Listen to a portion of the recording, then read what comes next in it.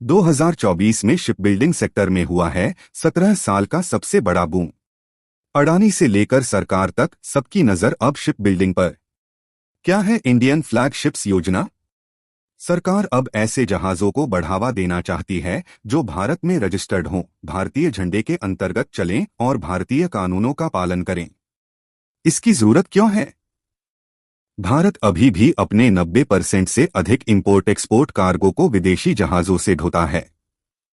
इससे हर साल लगभग $70 बिलियन 5.8 लाख रुपए करोड़ की विदेशी मुद्रा सिर्फ शिपिंग चार्जेस के रूप में बाहर जाती है।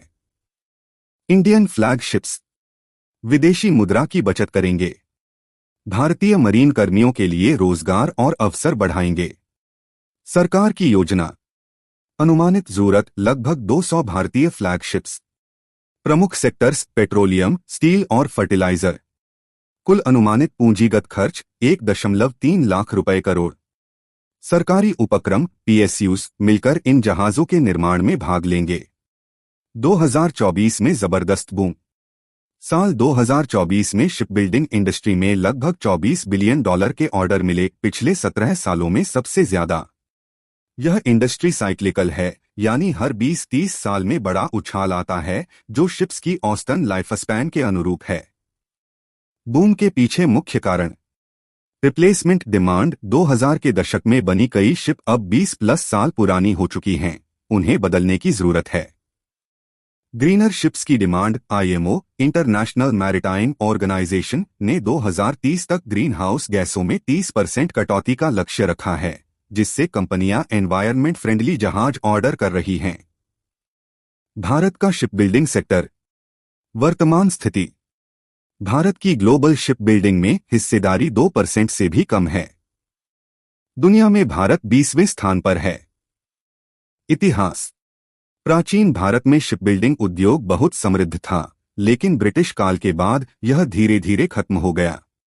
भारत के लिए मौके बड़े अवसर। अस चाइना ट्रेड वॉर। अमेरिका चीन निर्मित शिप्स पर टैरिफ लगा सकता है, जिससे भारत को फायदा मिल सकता है। Shipyard booking. चीन, जापान और साउथ कोरिया के शिपयार्ड्स 2028 तक फुली बुक्ड हैं, भारत एक अल्टरनेटिव बन सकता है।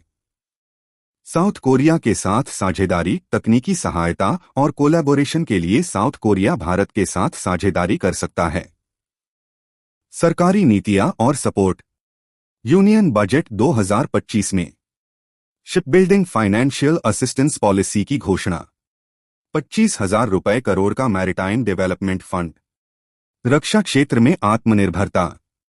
भारतीय नौसेना का लक्ष्य 2027 तक 200 स्वदेशी जहाज रखना। इससे एससीआई, मजागो डॉक, कोचीन शिपयार्ड और गार्डन रीच जैसी कंपनियों को स्थानीय रक्षा ऑर्डर से ग्रोथ मिल रही है। Bharat container shipping line. सरकार विदेशी शिपिंग पर निर्भरता घटाने के लिए अपनी कंटेनर लाइन शुरू करने की योजना बना रही है। अडानी ग्रुप का प्रवेश। अडानी ग्रुप की एंट्री से इंडस्ट्री में प्राइवेट सेक्टर की रुचि और संभावनाएं बढ़ रही हैं। पिछली योजना और चुनौतियां। 2021 में 1,600 रुपए करोड़ की एक योजना शुरू की गई थी ताकि भारतीय कंपनियां वैश्विक टेंडरों में भाग लें। इसका सीमित असर रहा, केवल 30 रुपए करोड़ ही वितरित हो पाए। भारतीय फ्लैगशिप्स की हिस्सेदारी अब भी 8% पर स्थिर है। मुख्य चुनौतियां। भारतीय नाविकों को रखना अनिवार्य, सेल्फ इम्पोज्ड शर्तें। कॉरपोरेट टैक्स, जीएसटी और ऊंचे ऑपरेटिंग कॉस्ट, जिससे कुल खर्च लगभग 20% ज्यादा आता है। Shipping corporation of India LTD SCI. Market cap 10,108 रुपए करोड़।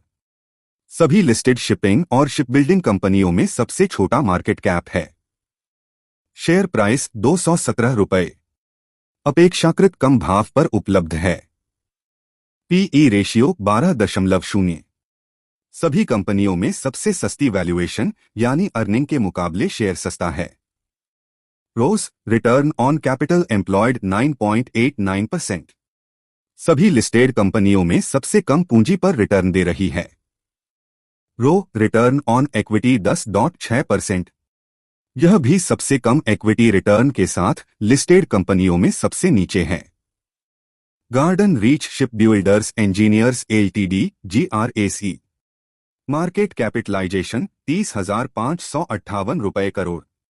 शेयर प्राइस 2,668 रुपए। PE price to earnings ratio 57.9। थोड़ी महंगी वैल्यूएशन पर ट्रेड हो रहा है। ROCE return on capital employed 37.3%। कंपनी अपने निवेश पर अच्छा रिटर्न दे रही है। ROE return on equity 28.1%। Share holders को मिल रहा रिटर्न भी काफी मजबूत है। Container corporation of India LTD Concor. Market capitalization 47,022 रुपए करोड़। शेयर प्राइस 617 रुपए। PE ratio 35.8। यह सभी लिस्टेड कंपनियों में सबसे कम पीई है, यानी वैल्यूएशन सस्ता है। रोज 13.7%। पूंजी पर रिटर्न औसत स्तर पर है। रो 10.8%। इक्विटी पर रिटर्न कम है लेकिन स्थिर। Mazagon dock ship builders LTD. Market capitalisation 1,25,688 रुपए करोड़। यह भारत की सबसे बड़ी लिस्टेड शिप बिल्डिंग कंपनी है। शेयर प्राइस 3,115 रुपए। PE ratio 52.1। तुलनात्मक रूप से कोचीन से थोड़ा सस्ता वैल्यूएशन। रोज 43.2%। यह सभी लिस्टेड शिप बिल्डिंग कंपनियों में सबसे ज्यादा है। रो 34.0%। यह भी इंडस्ट्री में सबसे अधिक रिटर्न दे रही है। Cochin shipyard LTD. Market capitalization 50,745 रुपए करोड़। शेयर प्राइस 1,930 रुपए। PE price to earnings ratio 60.2। यह दर्शाता है कि शेयर थोड़ा महंगा वैल्यूएशन पर ट्रेड हो रहा है। ROCE return on capital employed 20.1%। कंपनी अपने पूंजी पर ठीक ठाक रिटर्न दे रही है। ROE return on equity 15.8%। Share holders को मिलने वाला रिटर्न भी संतोषजनक है। डिस्क्लेमर: यह जानकारी केवल शैक्षणिक और सामान्य ज्ञान के लिए है।